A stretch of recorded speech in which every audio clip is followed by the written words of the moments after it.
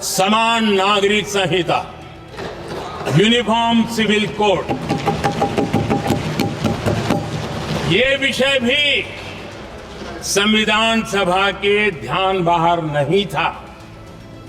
संविधान सभा ने यूनिफॉर्म सिविल कोड को लेकर के लंबी चर्चा की, गहन चर्चा की, और उन्होंने बहस के बाद निर्णय किया कि अच्छा होगा कि जो भी सरकार चुन करके आए वो उसका निर्णय करे। जिस यूनिफॉर्म सिविल कोड या समान नागरिक संहिता की बात आज हो रही है, उसका जिक्र तो उस संविधान में भी है जो 26 नवंबर 1949 को बनकर तैयार हुआ था और 26 जनवरी 1950 को लागू हुआ था। फिर संविधान के बनने के वक्त ही समान नागरिक संहिता लागू क्यों नहीं हुई? आखिर संविधान के बनते वक्त वो कौन सी बहस थी जिसने संविधान में समान नागरिक संहिता का जिक्र तो किया लेकिन उसे लागू नहीं किया? और आखिर वो कौन से लोग थे जो समान नागरिक संहिता को लागू करना चाहते थे लेकिन उनकी तमाम कोशिशों के बाद भी वो लागू नहीं हो पाए? इतिहास के पन्नों के हवाले से आज बात विस्तार से। 26 नवंबर 1949 को बनकर तैयार और 26 जनवरी 1950 को लागू हुए संविधान के भाग 4 में राज्य के नीति निर्देशक तत्व का जिक्र है। अनुच्छेद 36 से शुरू हुआ संविधान का भाग 4 अनुच्छेद 51 तक है। इसी भाग 4 के अनुच्छेद 44 में साफ तौर पर लिखा है कि राज्य भारत के समस्त राज्य क्षेत्र में नागरिकों के लिए एक समान सिविल संहिता प्राप्त कराने का प्रयास करेगा। इस लाइन को लिखे हुए और देश पर लागू हुए 73 साल से अधिक का वक्त बीत चुका है और अब इसी लिखी हुई लाइन को लागू करने का प्रयास हो रहा है, जिस पर हंगामा मचा है। और यही हंगामा है जिसने 73 साल पहले भी इस लाइन को लागू होने से रोक दिया था। दरअसल 23 नवंबर 1948 वो तारीख थी जब समान नागरिक संहिता का मसला संविधान सभा के सदस्यों के सामने आया था। तब मद्रास से आने वाले संविधान सभा के सदस्य मोहम्मद इस्माइल ने कहा था कि किसी भी समुदाय के उन व्यक्तिगत कानूनों को किसी तरह से बदला नहीं जाएगा जिन कानूनों की गारंटी संघ के द्वारा दी गई है।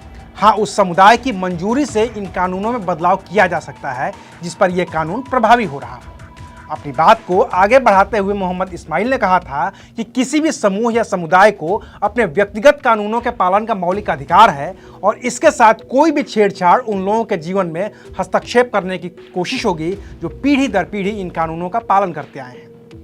इसी बात को आगे बढ़ाते हुए पश्चिम बंगाल से आने वाले संविधान सभा के सदस्य रहे नजीरुद्दीन अहमद ने कहा था कि अगर समान नागरिक संहिता लागू होती है तो इससे सिर्फ मुस्लिमों को ही असुविधा नहीं होगी, क्योंकि हर धार्मिक समुदाय की अपनी अपनी मान्यताएं और अपनी अपनी प्रथाएं हैं। वहीं मद्रास से आने वाले संविधान सभा के एक और सदस्य बी पोकर साहिब बहादुर ने सवाल खड़ा किया कि आखिर आप किस खास समुदाय के किस खास कानून को मानक के तौर पर रखेंगे? हिंदू लॉ में ही मिताक्षरा भी है और दया भागा भी। मिताक्षरा कहता है कि प्रत्येक व्यक्ति को जन्म से ही अपने पिता की संयुक्त परिवार के संपत्ति में हिस्सेदारी हासिल हो जाती है, लेकिन इसमें महिलाओं को हिस्सेदारी नहीं मिलती है। वहीं दया भागा में पति की मृत्यु की स्थिति में उसकी विधवा को पूरी संपत्ति दी जाती है। मिताक्षरा पूरे देश में लागू है लेकिन बंगाल में नहीं है। वहीं दया भागा बंगाल और असम सिर्फ 2 राज्यों में है। तो बी पोकर साहिब बहादुर का सवाल यही था कि इस तरह की और भी तमाम मान्यताएं और प्रथाएं हैं, फिर आप किस मान्यता और किस प्रथा को समान नागरिक संहिता बनाने के लिए अमल में लाएंगे? इसी तरह भारतीय विद्या भवन की स्थापना करने वाले वकील और शिक्षक कन्हैयालाल माणिकलाल मुंशी ने भी समान नागरिक संहिता का विरोध किया और कहा कि हिंदुओं के पास भी खुद के अपने अपने अलग कानून हैं। क्या हम इस टूटे बिखरे कानून को सिर्फ इस आधार पर संविधान में शामिल करने जा रहे हैं कि यह देश के व्यक्तिगत कानून को प्रभावित करता है? समान नागरिक संहिता का सवाल न सिर्फ अल्पसंख्यकों को प्रभावित कर रहा है बल्कि बहुसंख्यकों को भी ये प्रभावित कर ही रहा है। वहीं पंडित नेहरू ने समान नागरिक संहिता का समर्थन किया था। इसको लागू करने की वकालत करते हुए पंडित नेहरू ने कहा था कि समान नागरिक संहिता को लागू करना अच्छी बात है, लेकिन इसे लागू करते वक्त सबको साथ लेना होगा। ये बात समझनी होगी कि किसी भी समाज में जब पहले से कोई अधिकार मिला होता है तो उसे वापस लेना आसान नहीं होता। वापसी के वक्त उसका विरोध होता ही होता है।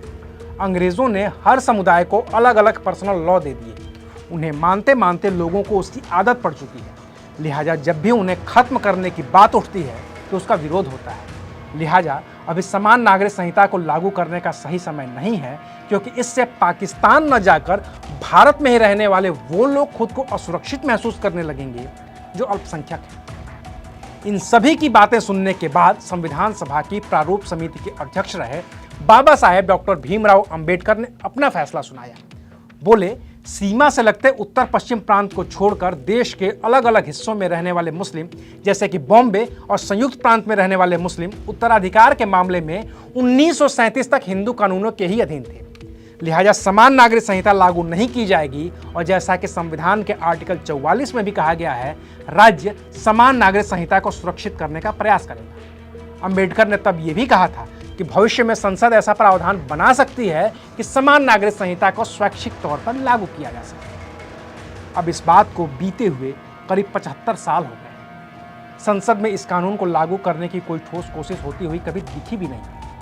हाँ, कई बार यह मुद्दा सुप्रीम कोर्ट की दहलीज तक पहुंचा जरूर है।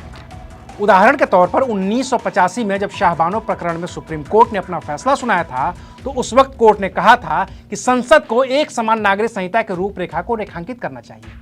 यही एकमात्र जरिया है जिससे कानून के समक्ष राष्ट्रीय सद्भाव और समानता की सुविधा प्रदान की जा सकेगी। 1995 में Sarla Mudgal versus union of India case में सुप्रीम कोर्ट ने बहुविवाह के लिए धर्म परिवर्तन की इजाजत देने से इनकार करते हुए कहा था कि निसंदेह अब समान नागरिक संहिता की जरूरत है।